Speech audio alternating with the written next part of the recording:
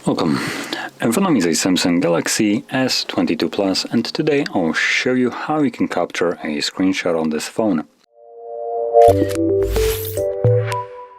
Now, to get started, you will want to open up content that you wish to capture. I'll be using a setting, or not settings, but the home screen as a showcase for this.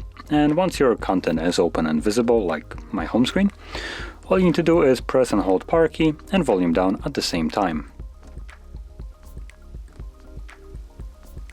Or just press, apparently. Yep, it looks like we just clicked them both at the same time.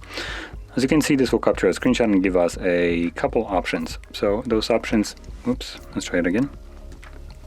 So those options were edit, tag, and share. Now, the screenshots that we have captured can be found in our gallery application. Once we open that, you should be able to see them under the pictures, and also if you navigate to albums, it will be sorted into a screenshot album, which you can see right over here, which obviously will contain only screenshots. So there are two screenshots.